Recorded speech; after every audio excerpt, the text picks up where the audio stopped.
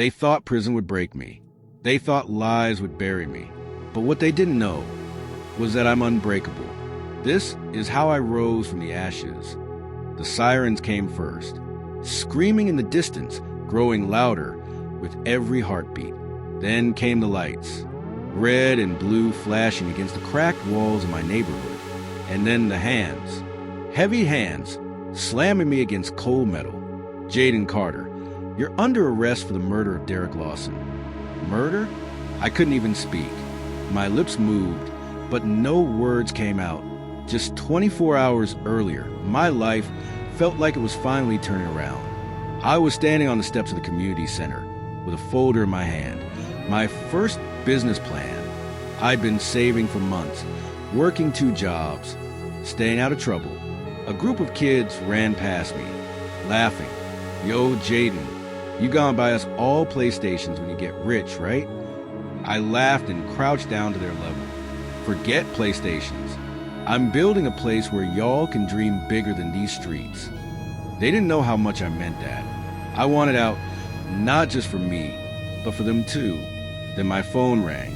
It was Trey, my brother, or at least that's what I used to call him. His face filled the screen, all smiles and gold chains. Yo, my man, still out here playing social worker? You know there's real money to be made, right?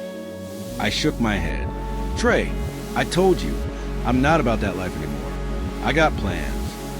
Yeah, plans don't mean nothing if you broke, he said, smirking. Listen, one move, Jay. Quick cash. You in. I should have hung up. Every fiber in me said don't do it. But then I thought about the eviction notice sitting in my mom's kitchen. The bills piling up, and I said the words that would change everything. All right, one time. That's it. That night, I sat in Trey's car, my knee bouncing nervously. The streets were quiet, too quiet, as we pulled into a dim warehouse lot. Trey turned to me, calm as ever. Chill, bro. We drop this off, we walk out rich. Simple. 2 men in hoodies approached. Trey stepped out to talk. I stayed in the car. My gut twisted. Something didn't feel right. Then it happened. A shout, a flash, a gunshot ripped through the air. I ducked, my heart hammering. Trey, what the hell's going on? He jumped into the car, breathing hard. Drive now. I slammed my foot on the gas. You said no guns. You said this was clean. Trey's voice was ice. You asked too many questions. Just keep driving. The next morning, I thought I could forget it. Pretend it didn't happen. But fate had other plans. Bang, bang, bang. The sound of fists pounding on my door jolted me awake. Before I could even stand, the door flew open. Jayden Carter, you're under arrest for the murder of Derek Lawson. What? No, there's been a mistake. I didn't kill anybody. Cold metal handcuffs snapped around my wrists. They dragged me out barefoot, neighbors recording on their phones. They set me up. I didn't do this. I screamed, but no one listened. They didn't care about the truth. They only cared they had someone to blame. The jail cell was small, cold, silent. As the heavy door slammed shut behind me, I felt it. This wasn't just a mistake. This was a setup. And Trey wasn't my brother anymore. And just like that, the world outside kept spinning while mine stopped.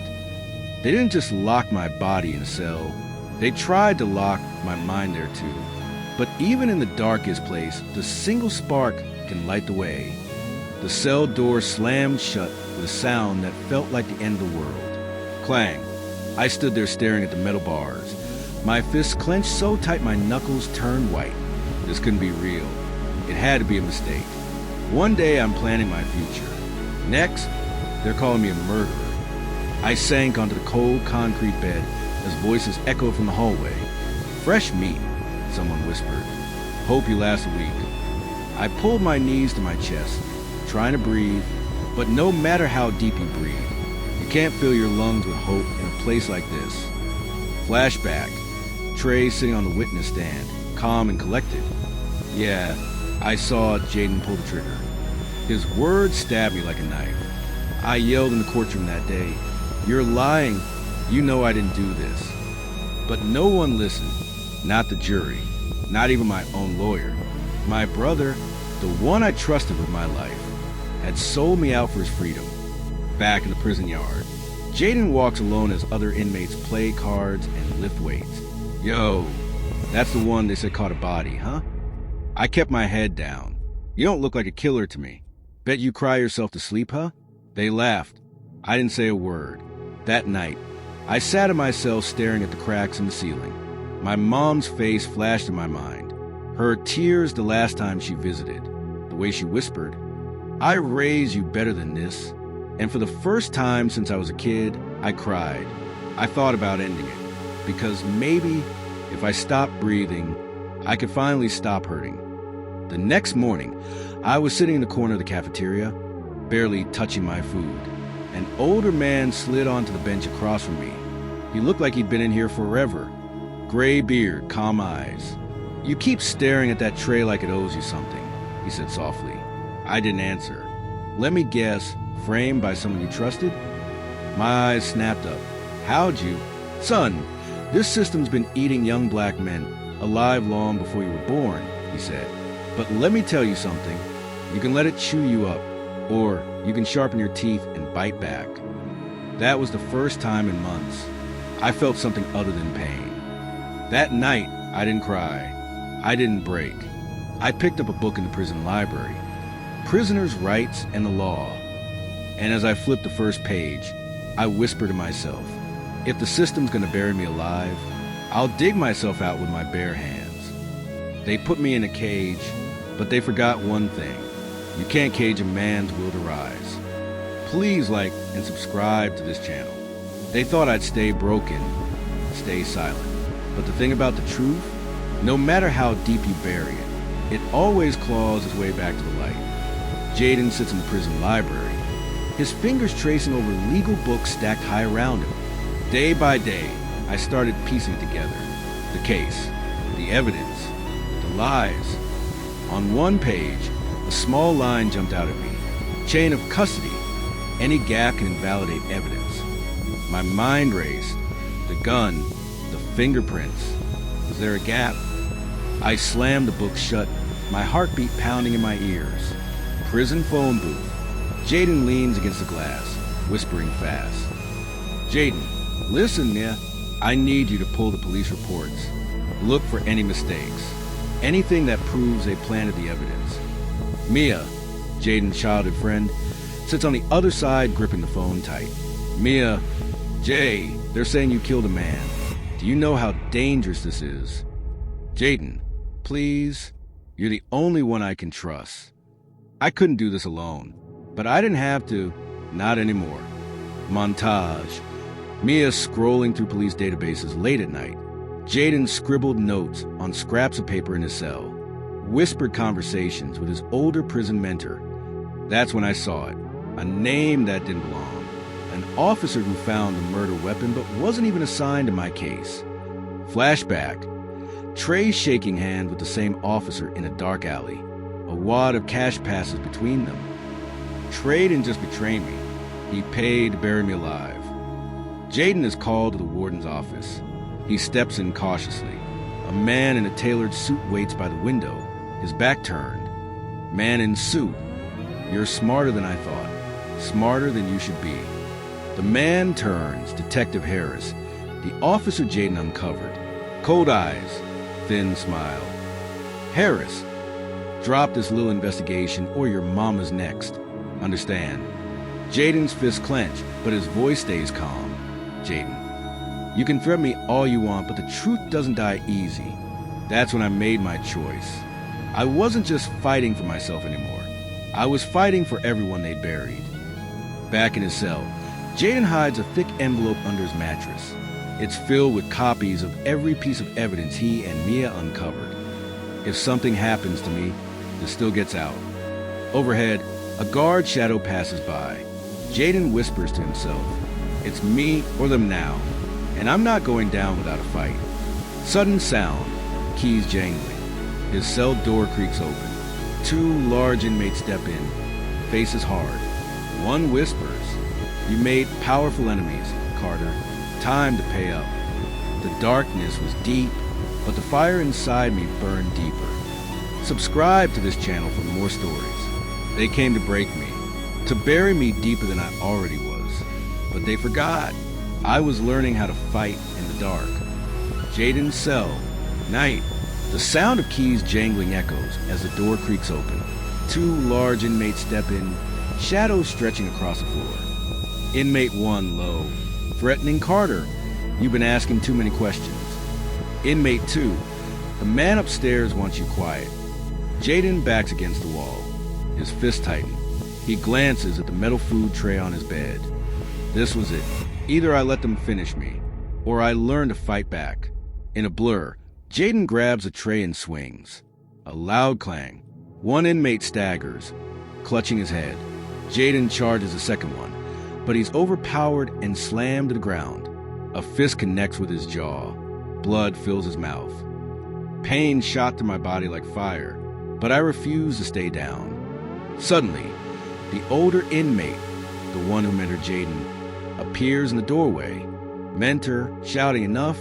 Back off!" The attackers hesitate, then back away as guards rush in, dragging them out. Jayden collapses against the wall, breathing hard. His mentor kneels beside him. Mentor, firm, "You can't keep playing defense, kid. You want to survive here? It's time to rise." Montage. Jayden training in the prison yard. He does push-ups in the dirt, sweat dripping down his face. He studies legal books late into the night, eyes burning with focus. Each day, I built myself back up. Not just my body, but my mind, my spirit. Jayden helps a young inmate write an appeal letter. In return, the inmate teaches him how to box. Jayden's punches grow stronger with each swing. They took my freedom, but they couldn't take my will. Prison cafeteria. Jayden sits with a small group of inmates, their voices low. "Jayden, this isn't just about me anymore. We're all pawns in their game. But together, maybe we can flip the board." The men nod. One whispers, "Do you really think you can take them down?" Jayden, determined, "Don't think.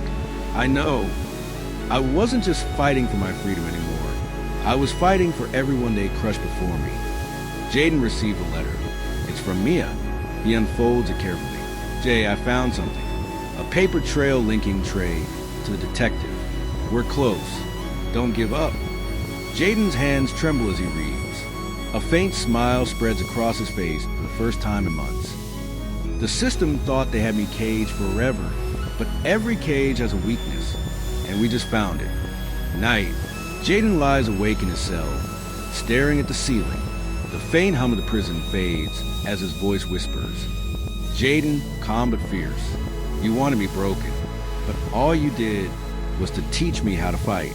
The rise wasn't easy, but now I was ready to burn it all down. They tried to erase me, tried to bury me so deep the world would forget my name. But they didn't realize you can't bury the truth." A packed courtroom. Cameras flash as Jayden is led in wearing a clean suit, not prison blues. He glances at the jury, at his mom sitting in the front row, and at Mia holding a folder of evidence tight against her chest. I'd spent years fighting for this moment. Every scar, every sleepless night led me here. Across the aisle sits Trey, looking calm, dressed sharp. Next to him, Detective Harris, jaw tight, avoiding Jayden's gaze. Mia takes a stand. Her voice trembles at first, then grows steady as she presents documents, phone records, and secret payments linking Trey and Detective Harris. "Mia, this was no accident. Jayden Carter was framed, and here's the proof." Gasps fill the courtroom. Trey leans over to Harris, whispering furiously. Jayden rises to speak. His voice echoes in the silent room. Jayden, calm but powerful. "For years, they called me a murderer. Told me I'd die in a cell. But I'm not here to beg for my life. I'm here to reclaim it." He turns to Trey. "Jayden, you weren't just my friend. You were my brother, and you sold me for a few dollars in a fast car." Trey looks away, his facade cracking. Jayden to the jury. "I forgive him, but I will not let this system destroy one more life the way it tried to destroy mine." The truth didn't just set me free, it set the whole room on fire. The judge slams the gavel.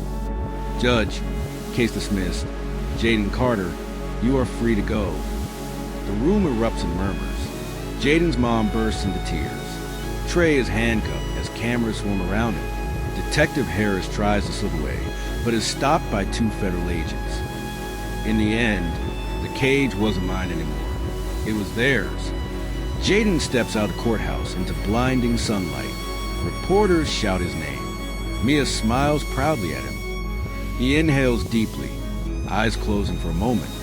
I walked in a prisoner, but I walked out a free man, not just in chains, but in my soul.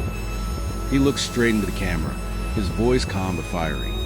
Jayden, to anyone out there fighting, they can take your freedom, but they can never take your will. Rise, always rise.